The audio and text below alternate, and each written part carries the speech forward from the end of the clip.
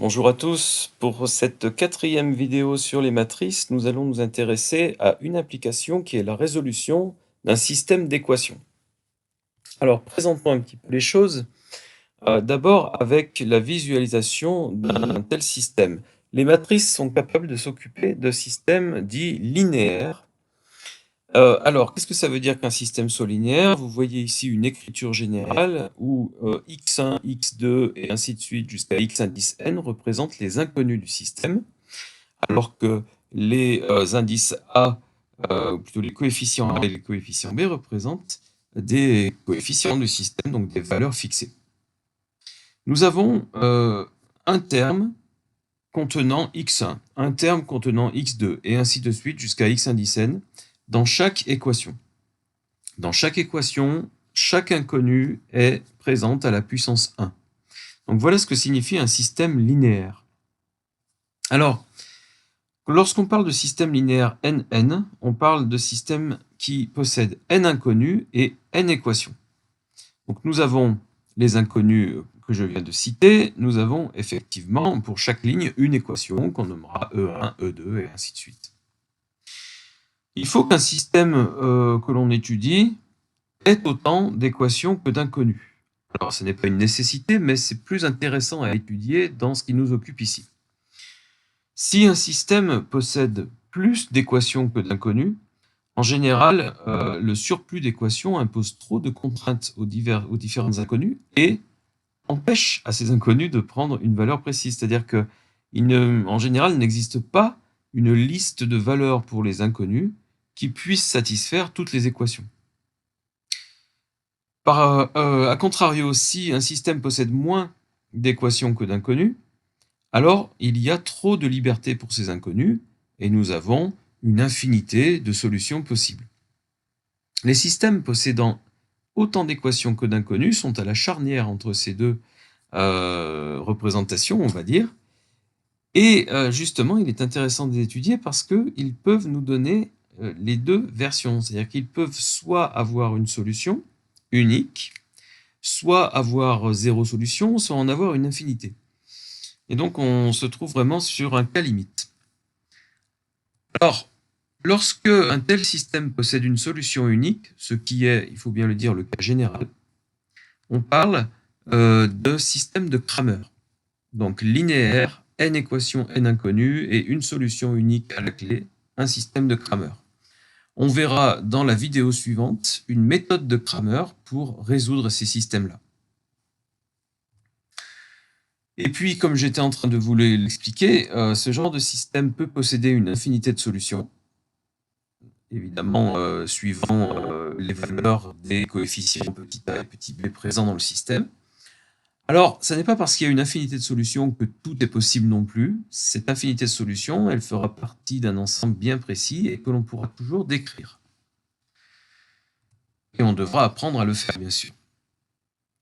Ou alors, ça peut conduire à aucune solution.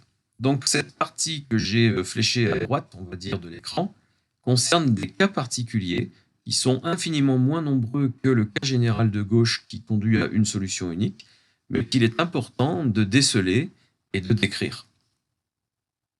Alors, que viennent faire les matrices là-dedans?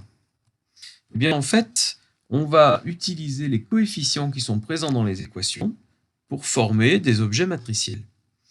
Avec les coefficients A, I, J, je peux former une matrice qui va se retrouver être une matrice carrée, puisqu'elle aura forcément autant de lignes que de colonnes, et je l'appelle grand A. Ensuite, l'ensemble des inconnus, x1, x2, etc., xn, ou plutôt la liste, parce qu'elles ne sont pas citées dans n'importe quel ordre, je vais en faire un vecteur, que je vais appeler grand X, le vecteur inconnu. Alors ça peut paraître un peu déroutant, puisque x1, x2 et ainsi de suite apparaissent horizontalement dans le système. Là, j'en fais un vecteur où je les décris verticalement. Et puis, les coefficients qui se trouvaient de l'autre côté des égalités des équations, je les prends pour former un vecteur que je nomme grand B. Si j'appelle grand A la matrice du système des coefficients petit a, grand X le vecteur inconnu et grand B le vecteur qui contient les coefficients constants du bout des équations, Alors, le système revient à AX égale B en écriture matricielle. Et là, ça va nous permettre pas mal de situations, de méthodes différentes, dont une qui sera vue à la vidéo suivante, qui n'est d'ailleurs pas la méthode de Cramer. En fait, il y a plusieurs façons de résoudre un système, bien entendu. Mais déjà, je vais commencer à en parler dès à présent, puisque quand je regarde AX égale B et que je sais que mon inconnu est X, je peux me demander ce qui se passe chez les réels. Si j'ai une équation toute simple en nombre réel, petit a fois petit x égale petit b, comment trouver x? X vaut b sur a. Si j'ai une écriture matricielle du même type, je ne peux pas diviser par la matrice A pour obtenir la solution grand X, mais je peux multiplier par A puissance moins 1. Et donc là, on commence tout de suite à se rendre compte que si je peux faire ça pour trouver le vecteur X, eh bien il vaut mieux que A puissance moins 1 existe. Et on commence à se dire qu'il va y avoir deux cas de figure. Soit la matrice A est inversible, et à ce moment-là, A puissance moins 1 existe, je peux transformer cette écriture pour finalement arriver à X égale A puissance moins 1 fois B, donc X est trouvable et unique à la clé. Soit la matrice A n'est pas inversible, et à ce moment-là, je suis très embêté pour passer par l'écriture matricielle pour résoudre mon système.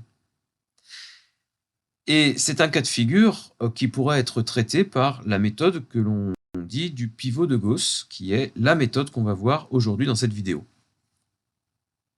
Alors, un exemple quand même pour illustrer cette écriture précise à x égale b. Je prends un système très simple, bien entendu, deux équations, deux inconnues. Alors, dans ce système, si je m'en tiens aux définitions qui sont portées au-dessus, la matrice grand A est la matrice 2, moins 5, 3, moins 9. Le vecteur inconnu est le vecteur xy, et le vecteur b contient les coefficients qui se trouvent au bout des égalités. Alors évidemment, pour mettre en forme matriciellement ce système, il faut qu'il soit écrit de cette façon. D'accord? C'est-à-dire ax plus by égale c, a'x plus b'y égale c'. Bon, très bien. Donc, qu'est-ce qui se passe maintenant si je m'amuse à multiplier la matrice A par le vecteur x? Eh bien, la matrice A multipliée par le vecteur x, on sait faire, ça va nous donner un vecteur. Ce vecteur a une première coordonnée qui sera égale à 2 fois x plus 3 fois y, et une deuxième coordonnée qui sera moins 5x moins 9y. Or, ce vecteur, d'après le système de départ, doit être égal au vecteur 1, 2. Donc ça, c'est les équations de départ qui nous le disent. Donc effectivement, en écriture matricielle, je retrouve bien AX qui doit être égal à B. Alors, allons voir maintenant la méthode du pivot de Gauss, qui ne va pas se servir telle quelle de l'écriture AX égale B, mais qui va nous faire travailler, on va dire à la main, à l'intérieur des coefficients du système. Je prends le système qui apparaît ici, 3 équations, 3 inconnues, et pour procéder à l'algorithme du pivot de Gauss, il me faut non seulement la matrice A, mais aussi le vecteur B. C'est-à-dire, il me faut tout ce qui est présent dans les lignes des 3 équations. Je vais créer une matrice C qui contient tous ces coefficients. On reconnaîtra dans les 3 premières colonnes la matrice A, et en 4e colonne le vecteur B. À ce moment-là, je vais m'arranger pour triangulariser le système. Alors ça signifie quoi? Ça signifie de faire apparaître des zéros en bas à gauche.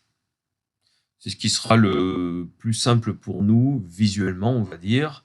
On pourrait tenter une triangularisation dans l'autre sens, avec une apparition de 0, par exemple, à la place du 3, du 4 et du 5, mais on a plutôt l'habitude de fonctionner selon la diagonale principale. Et donc de rendre la matrice A, après transformation, triangulaire. Donc ça ne sera plus la matrice A. Alors comment est-ce qu'on va s'y prendre? On a deux options pour pratiquer l'algorithme du pivot de Gauss, et là encore une fois, on va en choisir une par habitude. Pour faire apparaître des zéros déjà dans la première colonne, je vais transformer les lignes 2 et 3 en m'appuyant sur la ligne 1 et en particulier en m'appuyant sur le nombre 3 qui apparaît en haut à gauche et qui va me servir de pivot. C'est-à-dire que je veux créer une combinaison linéaire entre la ligne 2 et la ligne 1 en remplacement de la ligne 2 qui me fasse apparaître un 0 ici.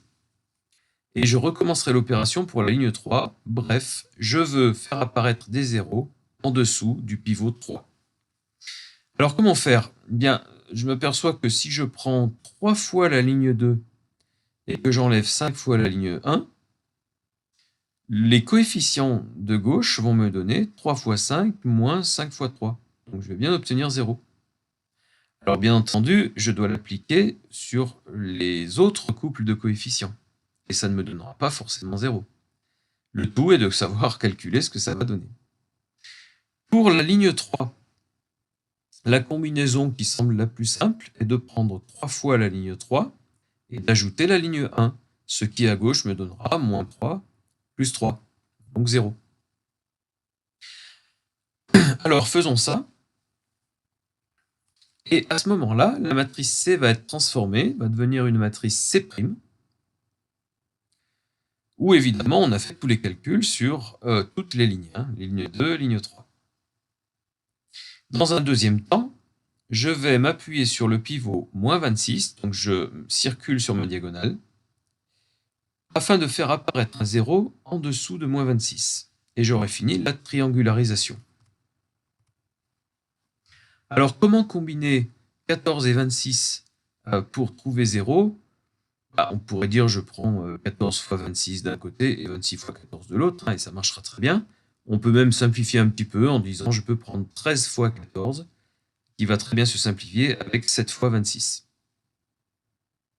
Donc 13L3 moins 7L2 va me donner une nouvelle ligne 3 dans laquelle un 0 sera présent ici. Alors pourquoi est-ce que je me suis servi d'un pivot sur la ligne 2? Eh bien parce que le fait de créer une combinaison linéaire L2, L3 en remplacement de L3 n'aura pas touché les zéros qui étaient déjà acquis à gauche. Et c'est bien ce qu'on souhaitait. La nouvelle matrice qu'on obtient est celle-ci. Alors pour l'exemple, qu'est-ce qui s'est passé tout en bas à droite? 13L3 moins 7L2 me fait calculer en troisième position 13 fois 7 moins 7 fois 7, résultat 42. Et tout à droite, 13 fois 35 moins 7 fois 17, résultat 336. Voilà. Mon système est désormais triangularisé. Et bien entendu, je n'avais pas besoin d'une écriture matricielle pour procéder à tout ça. J'aurais très bien pu le faire dans le système de départ, ce qui était tout à fait équivalent. Mais disons que le fait de ne pas avoir à réécrire les inconnus x, y, z dans toutes nos étapes, on va dire, nous rend la lecture de ce qu'on est en train de faire un peu plus facile. Bien, maintenant, retraduisons sous forme d'un système. Qu'est-ce qu'on vient d'obtenir? On vient d'obtenir le fait que, tout en bas, par exemple, 42z égale 336. Le fait d'avoir des coefficients 0 sur x et y m'assure que je vais trouver z très rapidement. Alors, je précise quand même une chose avant qu'on termine donc cette résolution qui maintenant va être rapide. On a le droit, dans un système d'équations, de remplacer une ligne par une combinaison qui implique cette ligne même, avec une autre ligne, voire les deux. Ou voire d'autres lignes si on a un système de, je sais pas, par exemple 5 équations à 5 inconnues. Donc, le tout, c'est que la ligne 2 soit remplacée par quelque chose qui implique la ligne 2.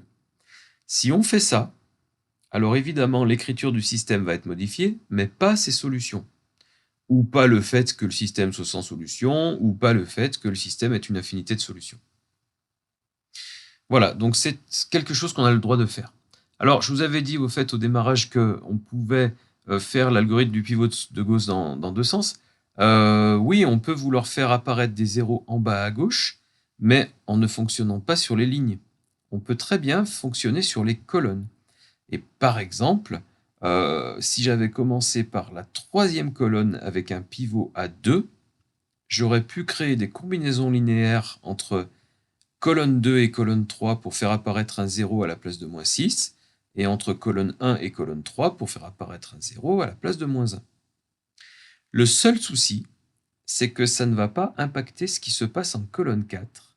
Et là, par contre, vous allez modifier les solutions de votre système. C'est-à-dire que vous modifiez la nature même de votre système. Donc, il faut être très vigilant avec ça. Si, par exemple, pour inverser une matrice, on peut fonctionner aussi bien en ligne ou en colonne, pour le pivot de Gauss, dans le but de trouver des solutions à un système, non, fonctionnez en ligne. C'est vraiment ce qu'il faut faire, parce que là, vous seriez perdu quant à l'utilisation de la colonne du vecteur B. Voilà, donc on fonctionne comme ça, et on se rend compte tout de suite qu'on va trouver Z, qu'une fois la valeur de Z trouvée, on va pouvoir la reporter dans l'équation du dessus pour trouver directement Y. Et en connaissant les valeurs de Y et de Z, on remonte dans l'équation première pour trouver la valeur de X. Voilà, donc les choses vont très rapidement. En bas, Z égale 8, je remplace Z par 8 au-dessus, et je vais trouver rapidement Y égale 1,5. Je remplace Y et Z par 1,5 et 8, et je réécris la première équation qui me fait trouver X. Alors, on va montrer, ou plutôt proposer 3 exemples différents que je vais vous demander de traiter par vous-même dans un premier temps. Ça sera un complément aux exercices du TD. Mais ces exemples-là, on les retrouvera en introduction de la prochaine et dernière vidéo de ce chapitre sur les matrices pour illustrer ce qui sera dit dans la diapo suivante ici. Donc, vous tenterez de résoudre avec le pivot de Gauss ce système-là, puis celui-là, et enfin un exemple 3 modifié avec une petite variante sur la dernière équation. Voilà. Et donc, vous tenterez de donner des conclusions. Alors, peut-être que vous allez tomber sur un triplet XYZ solution, ou alors sur un système qui va présenter aucune solution ou une infinité, et là, vous allez tenter de décrire la situation en travaillant à la main. Alors, la fameuse diapositive suivante, un théorème que je peux énoncer tout de suite, le théorème du pivot de Gauss, soit un système linéaire S, n équations, n inconnues, si après triangularisation, les termes diagonaux de la matrice du système sont tous non nuls, alors S admet un unique n-uplet solution. Alors je rappelle, un n-uplet, c'est la liste des valeurs des inconnus. Par exemple, si on a un système à 2 inconnus, xy, alors xy s'appelle un couple. Si on a 3 inconnus, x, y, z, ça s'appelle un triplet. Et puis d'une manière générale, si on a n inconnus, ça va s'appeler un n-uplet. Alors, revenons quand même à l'essentiel de ce théorème. On nous dit qu'une fois qu'on a triangularisé notre système, il faut, en tout cas, que si les termes diagonaux de la matrice sont tous non nuls, ce système admet une unique solution. Je précise une chose, c'est que la réciproque de ce théorème est vraie aussi. C'est-à-dire que si j'ai un système qui admet un unique n-uplet solution, alors après triangularisation, les termes diagonaux sont forcément tous non nuls. Alors on pourrait se demander un petit peu pourquoi ça doit se produire, et on peut revenir en arrière sur ce qu'on vient de voir ici. Alors d'abord, je constate que effectivement, après triangularisation, les termes de la diagonale qu'on a obtenus sont 3, moins 26 et 42, ils sont tous non nuls. Mais qu'est-ce qui se serait produit si l'un d'eux était nul? Je serais peut-être bien embêté. Admettons que le troisième soit nul à l'issue de mes combinaisons linéaires. L'équation qui serait correspondante dans le système me dirait 0 égale 336. On aurait un problème. C'est-à-dire qu'effectivement, le système n'aurait pas de solution. Et donc, on n'est plus dans la conclusion du théorème du pivot de Gauss qui dit que si les 3 coefficients de la diagonale sont non nuls, alors on a une solution unique. Là, non, on n'aurait pas de solution. Si c'est le deuxième qui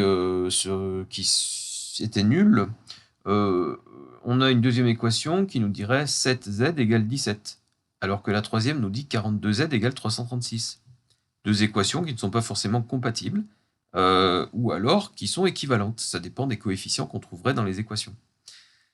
Donc là aussi, on est sur quelque chose qui est un peu litigieux et qui est à étudier un petit peu plus loin, mais on peut être sûr qu'à ce moment-là, on n'a pas un unique triplet XYZ solution.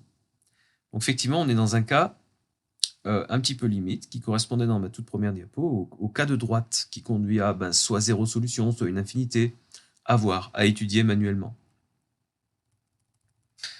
Alors je reviens pour finir sur les remarques que je voulais faire. Quel lien maintenant avec le déterminant? Eh bien, on a vu qu'après triangularisation, la matrice A, donc si je ne regarde que les 3 premières colonnes de notre exemple, est devenue triangulaire. Elle ne s'appelle plus A, elle s'appellerait A seconde par exemple. Et je rappelle qu'on avait vu précédemment que le déterminant d'une matrice triangulaire est tout simplement le produit de ses termes diagonaux. Donc il n'y a pas grand-chose à calculer. Mais si maintenant on fait une comparaison avec ce que dit le théorème du pivot de Gauss, on s'aperçoit qu'il y a un lien direct entre le fait que le déterminant de la matrice du système soit nul ou pas, et le fait que le système admette une unique solution ou pas, c'est-à-dire ou 0 ou une infinité. Donc, on va avoir un résultat que j'énonce d'une manière très brute, comme ça, mais qu'il faudra bien retenir, et qu'on décortiquera un petit peu dans la dernière vidéo également. Le déterminant de A est différent de 0 est équivalent à dire le système admet un unique vecteur solution. Et ça n'est pas qu'une implication, attention, c'est une équivalence, de même que le théorème de pivot de Gauss voit également sa réciproque être vrai, ce que je n'ai pas écrit d'ailleurs ici sur la diapo. Donc tout ça est lié, et le fait de triangulariser un système est quelque chose qui est très riche d'enseignement, parce que le simple fait de regarder les termes qui sont sur la diagonale une fois la matrice triangularisée nous en apprend beaucoup sur la nature des solutions du système. Voilà, on va s'arrêter là pour cette vidéo.